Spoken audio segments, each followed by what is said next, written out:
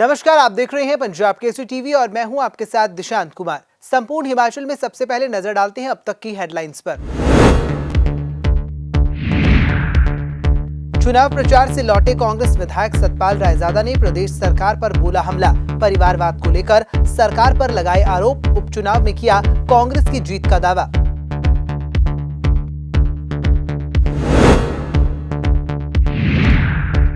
अक्टूबर को होगी मंडी लोकसभा सीट के लिए वोटिंग। पुलिस जवानों ने संभाला मतदान केंद्रों की सुरक्षा का जिम्मा। 2365 मतदान केंद्रों पर जवान होमगार्ड के साथ सीआरपीएफ और बीएसएफ के जवान तैनात।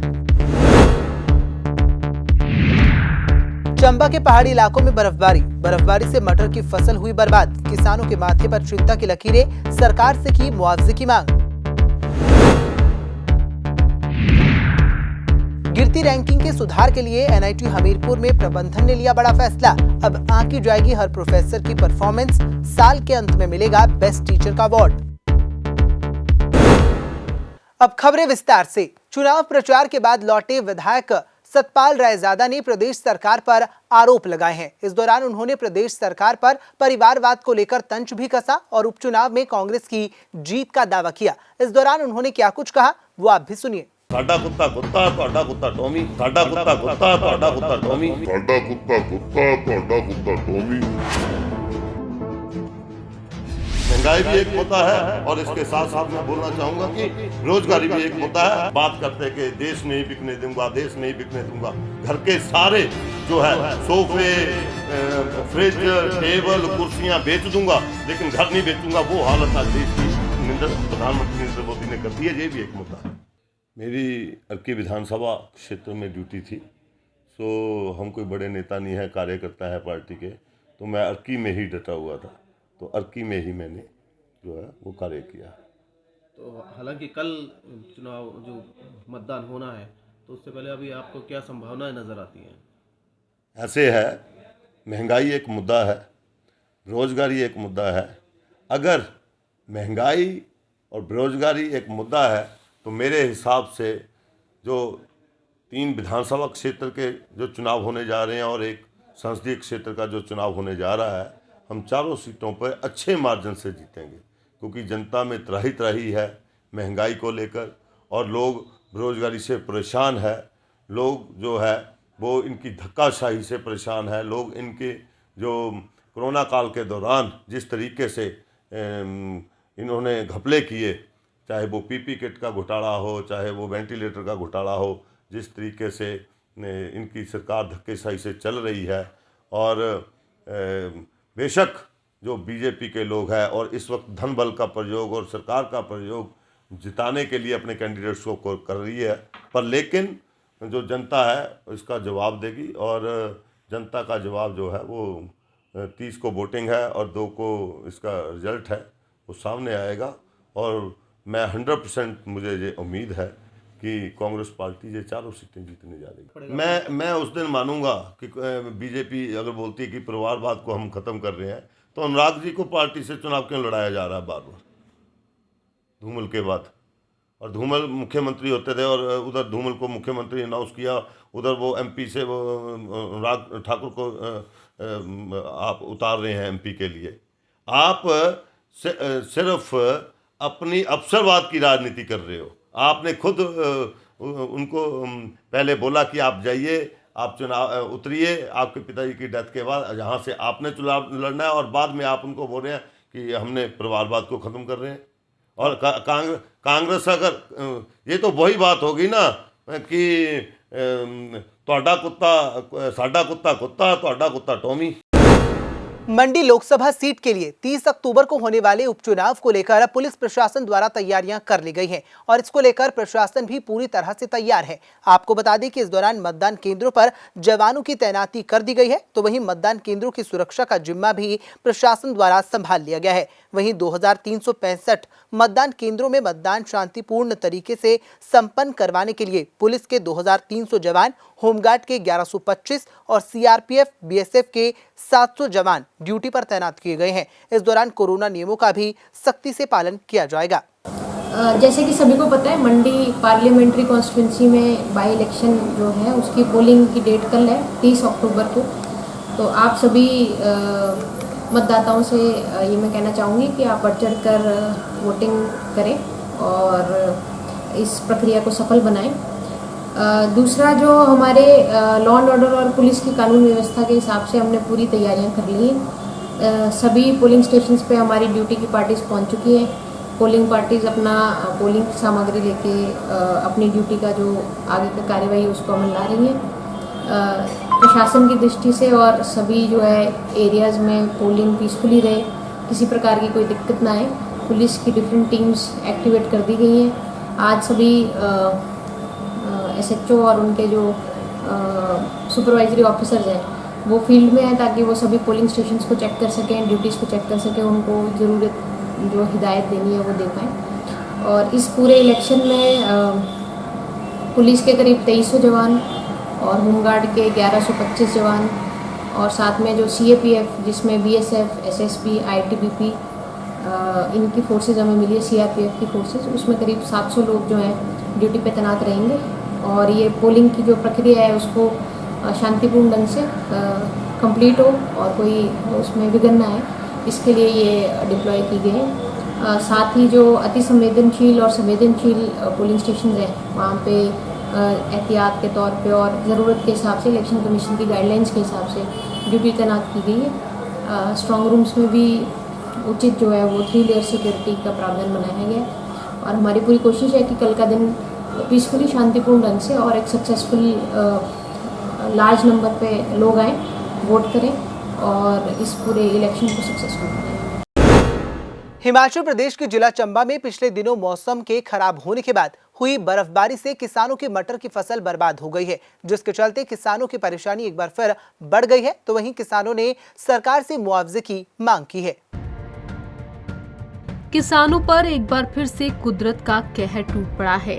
दरअसल हिमाचल प्रदेश के चंबा जिले के पहाड़ी इलाकों में भारी बर्फबारी हुई है और इस बर्फबारी के चलते किसानों की मटर की फसल बर्बाद हो गई है, जिसके चलते किसान परेशान हो गया है क्योंकि उसे इस मटर की फसल से आमदनी होने की उम्मीद थी। आपको बता दें, चौराहा उपमंडल की टेपो और अन्य पंचायतों में जमकर बर्फबारी हुई, जिसके चलते मटर की फसल पूरी तरह से बर्बाद हो गई है। पहाड़ी इलाकों में किसानों ने क्रॉप फसलें लगाई होती हैं ताकि उनकी आर्थिकी मजबूत हो सके। इसी के चलते इन दिनों चौराहा उपमंडल के पहाड़ी इलाकों में जमकर मटर की पैदावार हो रही थी, लेकिन पहाड़ों पर हुई भारी बर्फबारी ने किसानों की कमर तोड़ने का काम किया है। वहीं अब किसान सरकार की ओर उम्मीद भरी निगाहों से देख रहा है। किसानों ने सरकार से जल्द उचित मुआवजे की मांग की है। वहीं चौराहा की SDM अपराजिता चंदेल ने बताया कि भारी बर्फबारी के चलते किसानों की मटर की फसल बर्बाद हुई है, जिसको लेकर किसान आज हमसे मिले। हालांकि किसानों को ये भी बताया गया है कि वो जब भी अपनी फसल लगाएं तो फसलों का बीमा अवश्य कराएं ताकि उन्हें नुकसान होने की स्थिति में आर्थिक रूप से परेशान न होना पड़े। SDM अपराजिता चंदेल ने बताया कि फसलों का बीमा करवाने के लिए किसानों को जागरूक किया जाएगा और ग्रामीण इलाकों में भी जागरूकता फैलाई जाएगी ताकि किसान किसी तरह से परेशान न हो। अपराजिता चंदेल ने कहा है कि प्रशासन किसानों को मैनुअल के हिसाब से मुआवजा दिलवाने की कोशिश करेगा। जैसा कि स्नोफॉल होने की वजह से हमारी कुछ अपरली जो हमारे एरियाज हैं उनमें मटर की फसल को काफ़ी नुकसान हुआ है।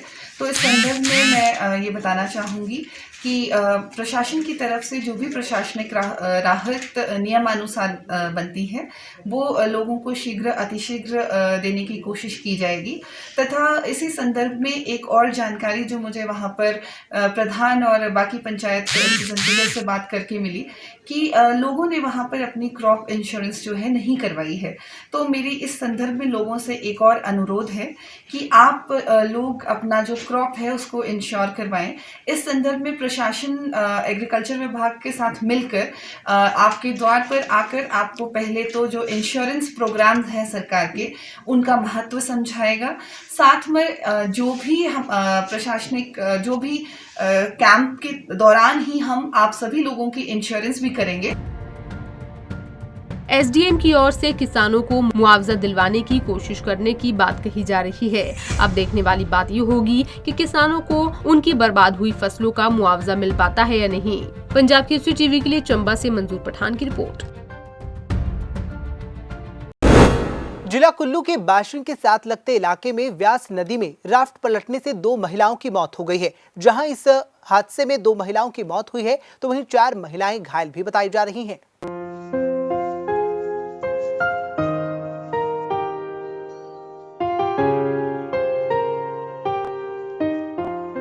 हिमाचल प्रदेश के कुल्लू जिले में ब्यास नदी पर बड़ा हादसा हुआ है। यहाँ पर रिवर राफ्टिंग के दौरान ब्यास नदी में एक राफ्ट पलट गई, जिसमें युवतियां डूब गई। हालांकि 6 में से 4 युवतियों को बचा लिया गया है, जबकि 2 की मौत हो गई है। सभी युवतियां मुंबई और इंदौर की रहने वाली हैं, जो कि कुल्लू मनाली घूमने आई थी। मिली जानकारी के मुताबिक सभी महिलाओं ने दोपहर के समय बवेली से राफ्टिंग करने का मन बनाया। इसके बाद महिलाएं सेऊ बाग से देवधाम तक होने वाली राफ्टिंग के सफर पर राफ्ट में सवार हुई। राफ्ट में 6 महिलाओं के साथ एक पायलट मौजूद था। जैसे ही राफ्ट वॉशिंग के पुलिस लाइन के साथ पहुंची तो राफ्ट अचानक से पानी के तेज बहाव में पलट गई। इस बीच सभी महिलाएं राफ्ट से नीचे गिरी और ब्यास नदी में अपनी जान बचाने के लिए आवाजें लगाने लगी। इस बीच राफ्ट पायलट ने महिलाओं को भी बचाने की कोशिश की, लेकिन एक महिला की डूबने से मौत हो गई, जबकि दूसरी महिला ने थोड़ी देर बाद दम तोड़ा। राफ्ट पलटने की सूचना पाते ही अन्य राफ्ट संचालकों ने भी घायल 4 महिलाओं को उपचार के लिए अस्पताल भेजा। पुलिस ने सूचना मिलने के बाद मौके पर पहुंचकर दोनों शवों को कब्जे में ले लिया है। पुलिस को इन्फॉर्मेशन मिली थी कि शुरूडू के पास एक राफ्ट पलट गई है, तो पुलिस ने जाकर मौके पे जाके उसको वेरीफाई किया है। तो अभी तक इसमें जो राफ्ट थी इसमें 6 महिलाएं सवार थी और इसमें से 2 महिलाओं की मृत्यु हो चुकी है और इन 2 महिलाओं के नाम रुकिया है, एक जो कि मुंबई के रहने वाले हैं, इनकी 73 एज है। दूसरी राकोरा है, इनका एज 53 है, जो कि इंदौर की रहने वाली है। पुलिस ने इसमें एफआईआर दर्ज कर ली है और इसमें जो है पुलिस द्वारा जांच की जा रही है। डेड बॉडीज़ को हॉस्पिटल में लाया गया है और अभी पोस्टमार्टम पुलिस करवा रही है उसको। हिमाचल में बीते कुछ माह से साहसिक गतिविधियों के दौरान हादसे हो रहे हैं। किन्नौर में ट्रैकिंग के दौरान 10 ट्रैकर की मौत बर्फबारी से हो गई थी। अब ब्यास नदी में राफ्टिंग के दौरान हादसा हुआ है। ऐसे में लोगों की सुरक्षा पर सवाल उठ रहे हैं, क्योंकि बिना सुरक्षा उपकरणों के इन गतिविधियों को अंजाम दिया जा रहा है और इस वजह से हादसों के दौरान मदद नहीं मिलती और लोगों को जान से हाथ धोना पड़ रहा है। पंजाब केसरी टीवी के लिए कुल्लू से मनविंदर अरोड़ा की रिपोर्ट। राष्ट्रीय स्तर पर लगातार गिरती रैंकिंग को लेकर एनआईटी हमीरपुर प्रबंधन ने कड़े फैसले लेने शुरू कर दिए हैं।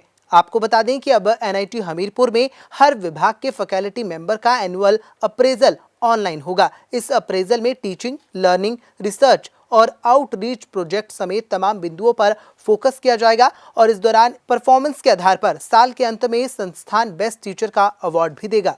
एनआईटी की रैंकिंग में डेफिनेटली हमने एक सेल बनाया है इसके लिए, जिसने इंट्रोस्पेक्शन किया है, देखा है कि कहाँ कहाँ हमारी कमियां हैं और कुछ बीच बीच में ऐसे प्रॉब्लम्स आई जो कि रैंकिंग में कंट्रीब्यूट कर सकते थे। जैसे अनफॉर्चुनेटली क्या भी कंडीशंस रहीं, लेकिन हम एक टेक्निकल एजुकेशन क्वालिटी इम्प्रूवमेंट का एक प्रोग्राम था, उसका फेज़ 3 में हम लोग पार्टिसिपेट नहीं कर पाए। या अब हमारा उसी प्रोग्राम में फेज़ 4 आ रहा है, जिसकी रिक्वायरमेंट्स हैं कि 60% of the programme should be accredited. तो हमारी पूरी इस टाइम प्रयास है कि हम 4th राउंड में उसमें compete कर पाएँ और उसमें इंस्टीट्यूट को ला पाएँ। हमीरपुर में मैं कुछ इनिशिएटिव शुरू कर रहा हूँ जिनका की दूरगामी इफेक्ट रहेंगे, जिसमें से सबसे पहला जो है वो हमने किया कि जितने भी हमारे फैकल्टी हैं उनकी एक एनुअल अप्राइजल होती थी, तो वो काम मैंने थोड़ा जालंधर में भी किया। उसको हम क्वांटिफाई कर रहे हैं और इवेल्युएट कर रहे हैं, तो उसको 100 मार्क्स में से इवेल्युएट करने की कोशिश करेंगे। तो अभी वो इम्प्लीमेंट करने जा रहे हैं, जिसमें कि उनकी टीचिंग लर्निंग, उनकी रिसर्च, उनके प्रोजेक्ट, उनकी आउटरीच, सबके अलग अलग मार्क्स रहेंगे, जिससे कि हर टीचर की परफॉर्मेंस को हम मॉनिटर कर पाएंगे। और उसी में मैं बेस्ट टीचर अवार्ड को इंस्टीट्यूट करना चाह रहा हूँ। दूसरा जो मेरा काम है वो है कि मैं इस संस्थान में जितने भी हमारे डिपार्टमेंट हैं उनकी भी रैंकिंग करना चाहता हूँ। त्योहारी सीजन के दौरान सोलन जिला प्रशासन और नगर निगम पूरी तरह से अलर्ट हो गया है, जहां पर जिला प्रशासन द्वारा लगातार सतर्कता बरती जा रही है, तो वहीं दीपावली के त्योहार को लेकर भी लोगों को जागरूक किया जा रहा है।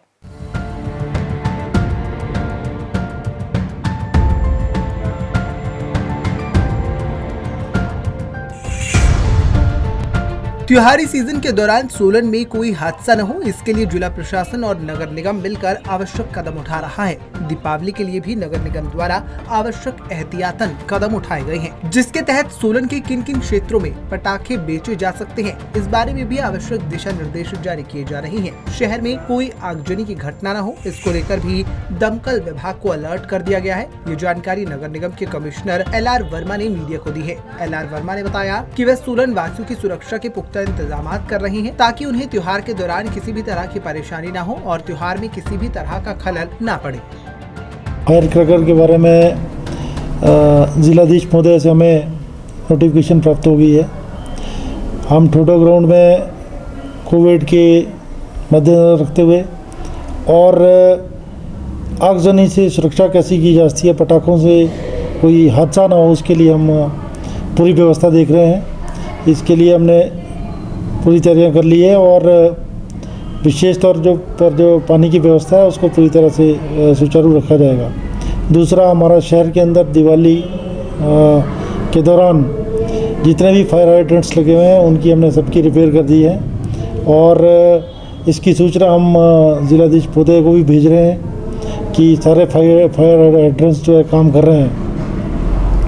इसके अतिरिक्त सुरक्षा को लेकर जो भी उपाय सुनिश्चित करना होगा उसे हम करेंगे। नोटिफिकेशन के हिसाब से जिन फायर क्रैकर को बेच सकते हैं उन्हीं फायर क्रैकर को बेचने की हम उसमें परमिशन देंगे और इसके बावजूद भी अगर कोई ऐसा कोई फायर क्रैकर बेच रहा है तो डिस्ट्रिक्ट एडमिनिस्ट्रेशन इसको लुक आफ्टर करती है। हमारा काम तो व्यवस्थाओं देने का है।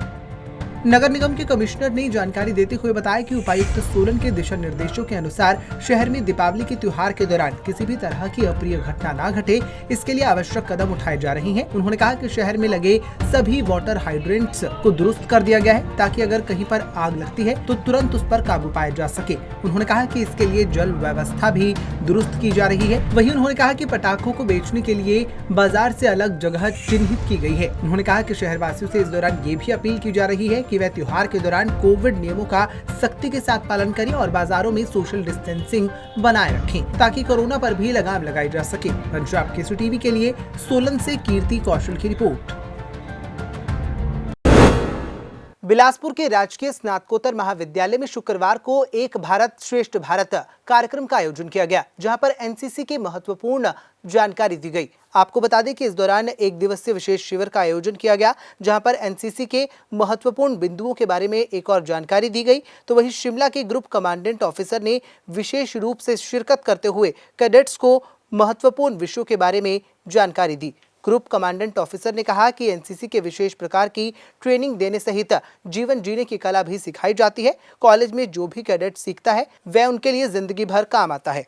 जैसे कि आप जानते हैं, नेशनल कैडेट कोर रेज हुई थी। हमारे जो बच्चे जो स्कूल्स एंड कॉलेजेस हैं उनको पहले तो आर्म फोर्सेस के बारे में सिखाने के लिए यूनिफॉर्म पहनते हैं तो उसमें उनका कैरेक्टर, उनका डिसिप्लिन इम्प्रूव होता है। इनको ट्रेनिंग दी जाती है वेरियस कैंप्स में, फायरिंग में, इन ड्रिल, बहुत सारी ऐसी एक्टिविटीज़ हैं जो ट्रैकिंग जहाँ भी जाते हैं। इससे बच्चे और एबल सीनियर्स बनते हैं। इनको फ़ायदा ये होता है कि आगे जब ज़िंदगी में जाते हैं, एक तो बहुत सारे बच्चे हिमाचल के हमारे सब फौज में ही जाते हैं तो मदद ज़रूर मिलती है इनको इसमें। और दूसरा ये जो ज़िंदगी भर जो ये डिसिप्लिन और ये सब इनको सिखाया गया है इस 3 साल में जो कॉलेज में रहे हैं, ये ज़िंदगी भर इनके साथ रहता है, इनका कैरेक्टर इम्प्रूव करता है। तो मुझे बहुत अच्छा लगा आज मैं आके गवर्नमेंट पीजी कॉलेज बिलासपुर में आया। इतने मोटिवेटेड कैडेट्स देखे मैंने आपके यहाँ, तो बड़ी खुशी होती है कि हिमाचल ने इतने सारे यंग बॉयज़ एंड गर्ल्स भेजे हैं फौज में। रिटायरमेंट के बाद आमतौर लोग नाती पोते या फिर धार्मिक कार्यक्रमों में जुट जाते हैं। लेकिन इस दौरान जिला सोलन की एक महिला ने दीपावली के लिए कुछ खास कर दिखाया है और इस दौरान उन्होंने मेहनत कर जो कार्य किया है वो काबिले तारीफ है। देखिए ये खास रिपोर्ट।